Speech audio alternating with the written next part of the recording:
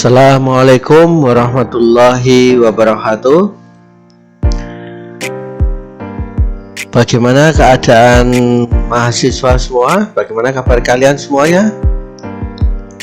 Alhamdulillah, saya senang mendengarnya bahwa kalian dalam keadaan sehat, senantiasa dalam lindungan Allah SWT, dan tetap semangat dalam menjalani aktivitas dan mengikuti kuliah belajar tatap maya. Baik, mahasiswa yang berbahagia, pada pertemuan kelima kali ini ketemu lagi dengan saya, Heru Prasetyo. Kita akan bicara tentang proses sosial dalam ilmu antropologi. Jangan lupa saya ingatkan untuk mengisi daftar hadir, kemudian mendownload materi dan mempelajarinya. Baik, para mahasiswa, kita mulai. Apa saja pokok bahasanya pada siang hari ini? Yaitu yang pertama, kita akan bahas tentang konsep proses sosial, kemudian ciri-ciri dari proses sosial, yang ketiga peranata sosial dan macamnya, yang keempat kita akan bahas tentang kontrol sosial serta hubungan manusia, masyarakat, dan budaya. Nanti akan kita tutup dengan pokok bahasan hubungan manusia, masyarakat, dan budaya. Baik, apa itu proses sosial? Proses sosial itu merupakan hubungan timbal balik antara dua manusia, dua individu atau lebih dalam suatu kegiatan atau aktivitas kehidupan sosial masyarakat. Ya, itu adalah proses sosial. Syarat proses sosial, ya, bahwa masyarakat itu bersifat statis dan dinamis. Maksudnya apa? Statis, ya, masyarakat dia akan tetap menjadi dirinya sendiri ketika tidak ada sesuatu hal yang masuk di dalamnya. Dinamis artinya masyarakat itu ada proses di dalamnya, ada kegiatan yang berlangsung secara terus menerus. Masyarakat yang dinamis itu lebih berproses daripada masyarakat yang statis, ya. Masyarakat statis itu biasanya terjadi apabila hubungan antar individu di dalam masyarakat itu, ya, kurang begitu erat, ya. Jadi masyarakatnya cenderung untuk bersifat individu. Kemudian yang ketiga, proses sosial itu ada cara-cara yang berhubungan yang dapat dilihat apabila seseorang ketemu dengan orang lain, dia saling menyapa, misalnya saling bertegur sapa, ya, hi, hello, bagaimana kabarnya, seperti itu. Itu untuk menentukan hubungan antar individu dengan yang lainnya. Jadi ada proses di situ, ada hubungan timbal balik. Ciri-ciri dari proses sosial itu ada strukturnya. Struktur sosial di masyarakat ada struktur sosial, ya. Mulai dari ketua RW, RT, ya, ada kegiatan dasawisma misalnya, PKK, itu ada struktur sosial di situ. Kemudian yang kedua, masyarakat itu sebagai suatu sistem sosial budaya. Setiap masyarakat itu mempunyai keunikan, mempunyai sosial budaya yang mereka pertahankan dan mereka pelihara. Kemudian setiap individu yang ada di masyarakat itu mempunyai ciri atau kemampuan sendiri. Ada individu yang bekerja sebagai seorang petani, sebagai seorang pekerja swasta, misalnya seorang pegawai, ya, dan dia mempunyai kemampuan sendiri-sendiri. Yang keempat adalah perbedaan sosial bersifat universal. Setiap masyarakat itu mempunyai ciri sendiri-sendiri, namun mereka merasa menjadi satu kesatuan secara bersama-sama, secara universal. Yang kelima, ciri sosial itu pasti ada yang perbedaan di dalam masyarakat, ya. Ada perbedaan, ada yang mampu, tidak mampu, ada yang punya harta banyak, ada yang tidak, ada yang sosial ekonominya kuat, ada yang lemah.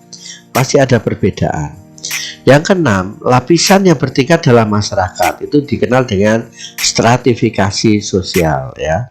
Ada kelompok-kelompok masyarakat berdasarkan kelas sosial, kelas ekonomi misalnya. Kemudian yang ketujuh, ukuran yang digunakan untuk menggolongkan penduduk dalam stratifikasi. Jadi kalau kita melakukan penelitian misalnya, ya dalam penelitian antropologi itu, misalnya kita akan lihat berapa penghasilan saudara misalnya, setelah dibuat ukuran 1 sampai 2 juta, 3 sampai 4 juta misalnya, itu kita buat stratifikasi seperti itu.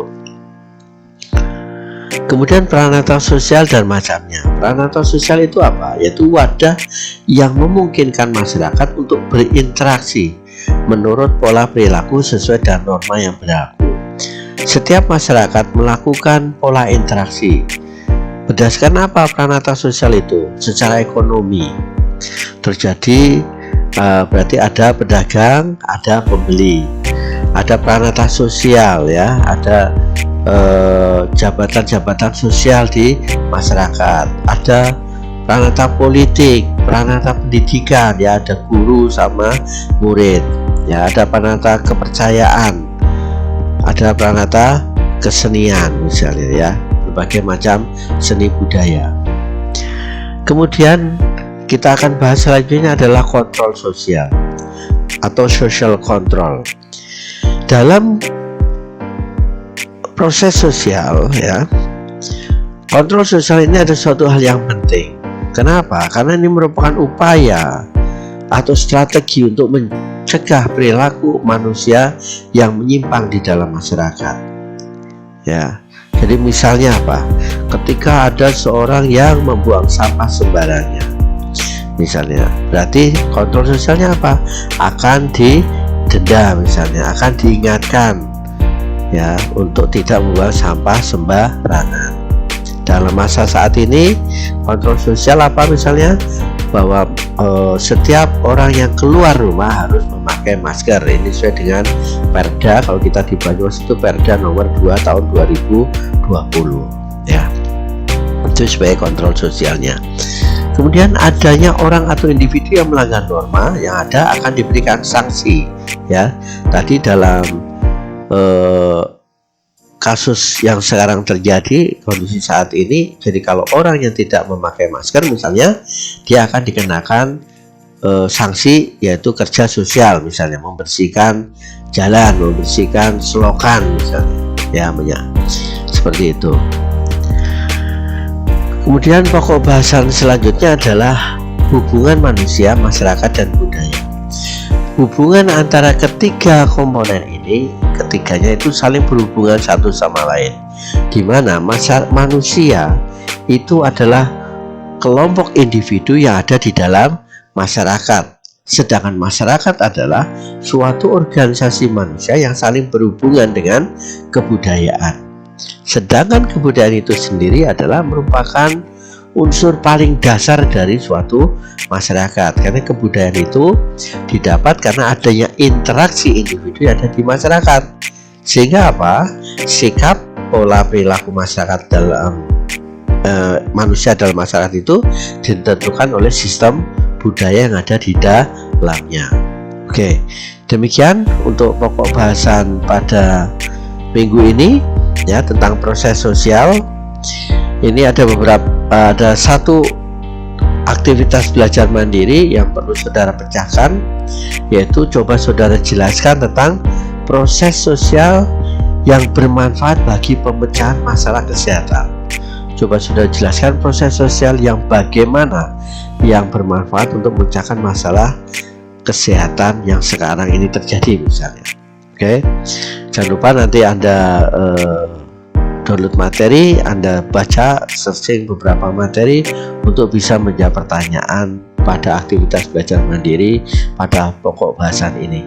Yang kedua, setelah Anda belajar, jangan lupa untuk membuat summary, ya, atau simpulan sebagai refleksi hasil belajar pada topik proses sosial. Demikian untuk pertemuan pada siang hari ini.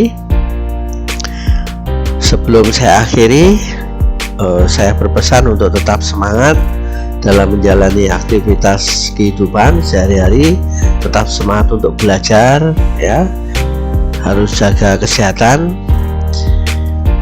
dan Anda semua adalah menjadi role model di dalam keluarga maupun di lingkungan masyarakat saudara. Demikian, mari kita tutup kuliah pada siang hari ini dan membaca hamdalah bersama. Alhamdulillahirrabbilalamin. Akhir kata, wabillahi taufiq wal hidayah. Wassalamualaikum warahmatullahi wabarakatuh.